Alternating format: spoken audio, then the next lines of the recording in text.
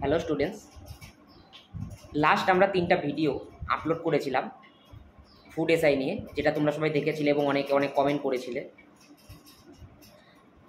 তো কয়েকদিন থেকে নিউজে যা হয়ে এসেছে তোমরা সবাই জানো।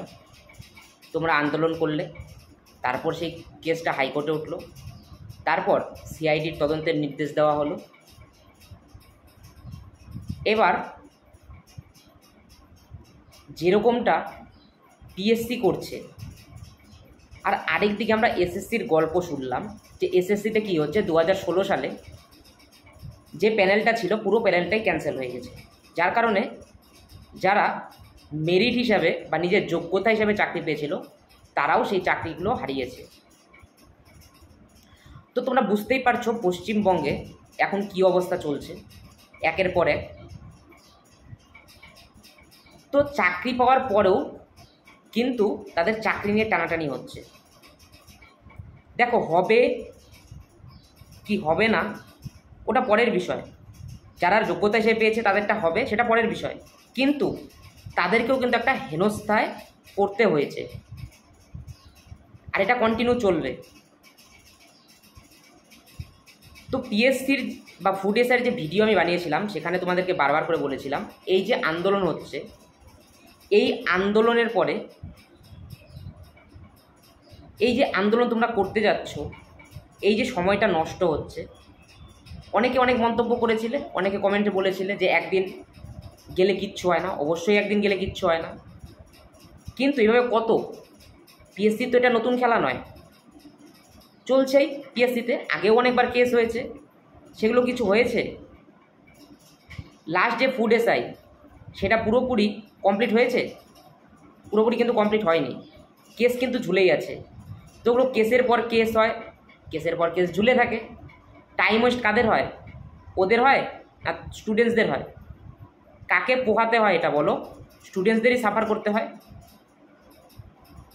তো আস্তে আস্তে আমাদের যে বয়স এবং টাইম কোনোটাই কিন্তু আমাদের জন্য থেমে থাকবে না। আস্তে আস্তে আমাদের বয়স বাড়বে, পরীক্ষা 4 বছর পর পর হোক, তারপরে আরও 2-3 বছর লাগিয়ে যাক, কিন্তু একটা স্টুডেন্টস যে কিনা 20 বছর বা 21 বছরে এসে গভর্নমেন্ট জবের জন্য প্রিপারেশন করছে, তার জীবন থেকে যদি 6টা বছর বেরিয়ে যায় বা 5টা বছর বেরিয়ে যায় বা 2টো বছরও যদি বের হয় শুধু শুধু এইসবের চক্করে, তো তুমি ভাবো তোমার সাইকোলজি বা তোমার মাইন্ডের ওপরে কী প্রেশারটা পড়বে। কারণ তোমার বয়স পার হতে থাকবে, বাড়ির লোক একসময় তোমাকে সাপোর্ট করা বন্ধ করে দেবে, ফ্যামিলির প্রেশার আসবে, অনেকের টন্টিং শুনতে হবে। তো একের পর এক প্রেশার আসবে, তোমার নিজের মধ্যে একটা ডাউট তৈরি হয়ে যাবে। আস্তে আস্তে কী হয়ে যাবে, তুমি এই যে পথটা শুরু করেছিলে এই পথের থেকে ডাইভার্ট হয়ে যাবে। কারণ তোমার একসময় নিজের সেলফ ডাউট হবে, ঠিক আছে, একসময় তোমার সেলফ ডাউট হওয়া শুরু হবে। তো যার জন্য আমি বলেছিলাম যে এই লাইন থেকে একটু সরে আসতে, অন্যান্য পরীক্ষার ওপরে একটু ঝোঁক দেওয়ার জন্য। দেখো, তোমরা যারা পিএসসি ফুড এসআই নিয়ে বেশি মাতামাতি করছিলে, আচ্ছা কেস হলো, এবার সামনে তোমাদের কি আছে, ক্লার্কশিপ বা মিসলেনিয়াস পরীক্ষা আছে, ঠিক আছে, ক্লার্কশিপ আর মিসলেনিয়াস পরীক্ষা আছে। এটা হচ্ছে আমি পশ্চিমবঙ্গের কথা বলি। তো ক্লার্কশিপ আর মিসলেনিয়াসে এই যে পরীক্ষা আছে তার ডেট কিন্তু তোমার জুলাই বা আগস্টের মধ্যে হয়ে যাবে। এবার তুমি ভাবো, এটা হচ্ছে কী মাস, এটা হচ্ছে এপ্রিল মাস শেষের দিকে, মে জুন, তোমার হাতে 2 মাস আছে। তো এইসবের চক্করে থেকে তুমি কি 2 মাস নষ্ট করবে? এখন অনেক হয়তো বলবে যে ক্লার্কশিপ এবং মিসলেনিয়াস তো যে বাকি পরীক্ষার মতো হবে না, তার কি কোনো গ্যারান্টি আছে? না, কোনো গ্যারান্টি নেই। কিন্তু আমরা যদি ডাব্লিউবিসিএস এর কথা বলি, ডাব্লিউবিসিএস কিন্তু তোমার ঠিকভাবেই চলছে সেখানে, এবং ক্লার্কশিপ বা মিসলেনিয়াস লাস্ট যে রিক্রুটমেন্ট হয়েছিল সেটাও কিন্তু ঠিকভাবেই হয়েছে, একটু লেট হলেও সেটাও কিন্তু ঠিকভাবে হয়েছে, এতটা কিন্তু ঝামেলা হয়নি। তো যার কারণে তোমাদেরকে বলছি তোমরা এই পরীক্ষার উপরে ফোকাস দাও। শুধু যদি এটা নিয়ে পড়ে থাকো, ফুড এসআই যেটা কিনা প্রত্যেক বছরই এরকম ঝামেলা হয়, বা এসএসসি যেটা কিনা প্রত্যেক বছরই এরকম ঝামেলা হয়, বা টেট তোমরা লাস্ট দেখতে পেলে সেটা নিয়েও ঝামেলা হয়েছে, তো তোমরা যদি এই সব লাইনগুলোই যদি চুজ করো তাহলে তোমাদের বিপদ তোমরা নিজেরাই ডেকে আনবে বেশি করে। কারণ পশ্চিমবঙ্গের যে সিচুয়েশন, ওদের যে ক্যালকুলেশন, এইসব এক্সাম বেসিস তোমরা সেটা ধরতে পেরেছো আশা করি। এরপরেও যদি কেউ অন্ধবিশ্বাসের মতো এটা নিয়ে পড়ে থাকো, দেন পড়বে, এটাই নিয়ে পড়ে থাকো, খুব ভালো, কোনো কিছু বলার নেই। কিন্তু যারা সত্যি যাদের চাকরি লাগবে তাদেরকে আমি বলবো, রিকোয়েস্ট করব, হাত জোর করে রিকোয়েস্ট করব, এই লাইন থেকে সরে আসো, লাভ নেই এই লাইনে গিয়ে। কারণ আবার যে ইন্টারভিউতেও কোনো দুর্নীতি হবে না সেটা নিয়েও কোনো ঠিক নেই, তাই তো? সেটা নিয়েও তোমরা কেউ জানো না সেটা। তো তার জন্য এই যে দুটো পরীক্ষা তোমাদের আছে আপকামিং, সেই পরীক্ষা দুটোর উপরে ফোকাস দাও। তাছাড়া সামনে সেন্ট্রালের তোমার এমটিএস এসএসসি, তাই তো? এসএসসির কথা তোমরা সবাই জানো, স্টাফ সিলেকশন কমিশন।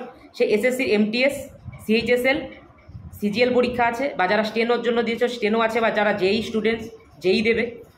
এছাড়াও রেলওয়ের ভ্যাকেন্সি আসছে অনেকগুলো, এনটিপিসি, গ্রুপ ডি। এছাড়াও তোমরা যেন আরপিএফ বের হয়েছে, তারপরে এলপি যারা ফর্ম ফিল আপ করেছো, টেকনিশিয়ান যারা করেছো।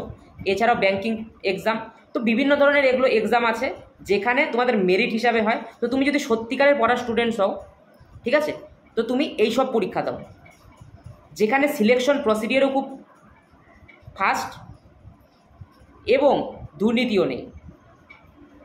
তো যার জন্য যে পরীক্ষা দুটোর কথা বললাম, পশ্চিমবঙ্গের যেটা হবে সেটার উপরে ফোকাস দাও, আর এইসবের উপরে ফোকাস দাও। আলটিমেট কথা বলছি, পড়াশোনার উপরে ফোকাস দাও। যদি পড়াশোনা বেশি করতে পারো দেন এগুলো পাওয়া সম্ভব। অনেক বলবে যে সেন্ট্রালে চাকরি পাওয়া অতটা ইজি না। তো ভাই, যারা চাকরি পায় তারা নিশ্চয় অন্য গ্রহ থেকে আসে না, এই গ্রহ থেকেই আসে। পশ্চিমবঙ্গের অনেক ছেলে মেয়ে আছে, তোমাদেরই ভাই বোন, যারা চাকরি করছে বা চাকরি পেয়েছে বা পাবে আগামী দিনেও। তো তারা যদি পায় তোমরা কেন পাবে না, তাই না? তারা যদি পায় তোমরা কেন পাবে না?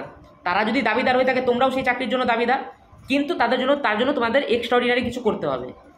এমন না যে রাম যেটা করছে, রহিম যেটা করছে তুমিও তাই করবে, তাহলে চাকরি পাওয়া সম্ভব না এখনকার দিনে। যদি এক্সট্রাঅর্ডিনারি কিছু করতে পারো দেন চাকরি পাওয়া সম্ভব, আর সেই এক্সট্রাঅর্ডিনারি তোমাকে করতে হবে। যে অনেক কিছু জানে, ঠিক আছে, সে 8 ঘন্টা পড়ছে, আর তুমি একটু জানো, তুমি 8 ঘন্টা পড়ছো, তাহলে হবে না। যে জানে ও তো সব কিছু জানে, ও তো অনেক কিছু জানে, 90% জানে, তারপরে 8 ঘন্টা পড়ছে। তো তুমি তো জানো 20%, 30% বা 10%, তাহলে তোমাকে কয় ঘন্টা পড়তে হবে সেভাবে তুমি বুঝে নাও, কত তাড়াতাড়ি তোমাকে সিলেবাস শেষ করতে হবে। তো আইডিয়া এটা সবারই আছে, তোমরা যথেষ্ট বুদ্ধিমান, এক্সামে এসেছো, এই কম্পিটিটিভ লাইনে এসেছো, তো এতটুকু তোমাদের বোঝাতে হবে না, এতটুকু তোমরা জানো। কাজেই ডাইভার্ট না হয়ে ভালো করে পড়াশোনা করো এবং এই চাকরিগুলোর উপরে ফোকাস করো। শুধু এটার পিছনে নষ্ট করে নিজের ভবিষ্যৎ নষ্ট করো না, এবং বাবা মার আশার আলোটাকে নিভিয়ে দিও না। Thank you. আজকের মতো এখানেই, আবার অন্য কোনো দিন অন্য এক ভিডিওতে সবার সাথে কথা হবে। ততক্ষণ সবাই ভালো থাকবে এবং ভালো মতো পড়াশোনা করবে। যদি কোনো অসুবিধা থাকে, যদি কোনো প্রশ্ন থাকে, অবশ্যই তোমরা কমেন্ট সেকশনে জানাবে আমাদের। Thank you.